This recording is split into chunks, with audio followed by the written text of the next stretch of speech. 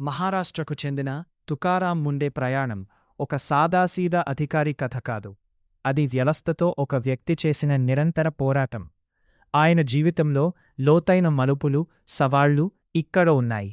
ఒన్నో కటిక పేదరికం నుండి సివిల్స్ వరకు తుకారాం ముండే మహారాష్ట్రలోని బీడ్ జిల్లాలో ఒక నిరుపేద రైతు కుటుంబంలో జన్మించారు.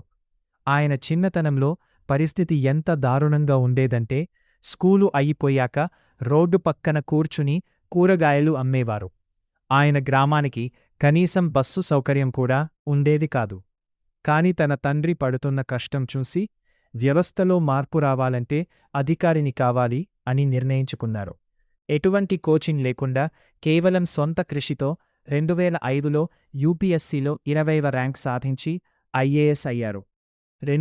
వ్యవస్థతో మొదలైన యుద్ధం. ముండేగారు బాధ్యతలు చేపట్టిన ప్రతి చోట ఒకే విధానాన్ని పాటించేవారు. రూల్ అంటే రూల్, అది ఎవరికైనా ఒకటే. ఇసుక మాఫియాపై దాడి.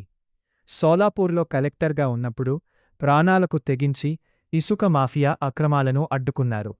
ఒకానొక దశలో ఆయనపై భౌతిక దాడులు కూడా జరిగాయి. కాని ఆయన వెనక్కి తగ్గలేదు. నవీ ముంబై మున్సిపల్ కమిషనర్గా ఇక్కడ ఆయన చేసిన పని సంచలనం. ఏళ్ల తరబడి పెండింగ్లో ఉన్న అక్రమ కట్టడాలను కూల్చివేయించారు. స్థానిక రాజకీయ నాయకులందరూ కలిసి ఆయనకు వ్యతిరేకంగా అవిశ్వాస తీర్మానం పెట్టారు. కాని నవీ ముంబై ప్రజలందరూ రోడ్ల మీదకు వచ్చి ముండే మాకు కావాలి అని ఉద్యమించారు. ఒక ఐఏఎస్ అధికారి కోసం ప్రజలు అలా రోడ్డు ఎక్కడం భారతదేశ చరిత్రలో అరుదు. రికార్డు స్థాయి బదిలీలు, ట్రాన్స్ఫర్స్. తుకారాం ముండే పేరు వింటే రాజకీయ నాయకులకు వణుకు పుడుతుంది. దీనికి కారణం ఆయన ఎవరికీ లొంగకపోవడం. ఆయన 20 ఏళ్ల కెరియర్లో దాదాపు 24 సార్లు బదిలీ అయ్యారు. కొన్ని చోట్ల కేవలం 2-3 నెలలకే ఆయనను మార్చేశారు. సాధారణంగా అధికారులు బదిలీ అయితే బాధపడతారు. కాని ముండేగారు మాత్రం నా బదిలీ అంటే అర్థం నేను అక్కడ అవినీతికి అడ్డుగా ఉన్నానని అని గర్వంగా చెబుతారు. 4 ప్రాణాపాయ స్థితి నుండి పునరాగమనం. ముండేగారి జీవితంలో అత్యంత కఠినమైన సమయం ఆయన అనారోగ్యం. ఆయన తీవ్రమైన వెన్నెముక సమస్యతో బాధపడుతూ నడవలేని స్థితికి చేరుకున్నారు. వైద్యులు ఆయన ఇక పనిచేయలేరని చెప్పారు.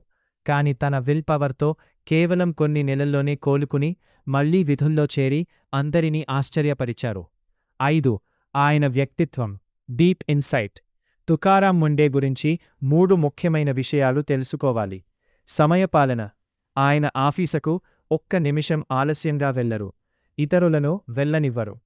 పారదర్శకత. సామాన్య ప్రజలు నేరుగా తనను కలిసి ఫిర్యాదు చేసేలా వాకిన్ గంటలను ప్రవేశపెట్టారు. భయం లేకపోవడం. రాజకీయ ఒత్తిడి వస్తే తన రాజీనామా లేఖను ఎప్పుడూ జేబులోనే ఉంచుకుంటానని ఆయన చెబుతుంటారు. ముండేగారి కథ మనకు నేర్పేది ఒక్కటే. మనం నిజాయితీగా ఉన్నప్పుడు ఒంటరి కావచ్చు. కాని మనం చేసే పని 10 మందికి ఉపయోగపడితే ఆ ప్రజలే మనకు రక్షణ కవచంలా నిలుస్తారు. అందుకే మహారాష్ట్ర యువత ఆయనను ద పీపుల్స్ ఆఫీసర్ అని పిలుచుకుంటారు.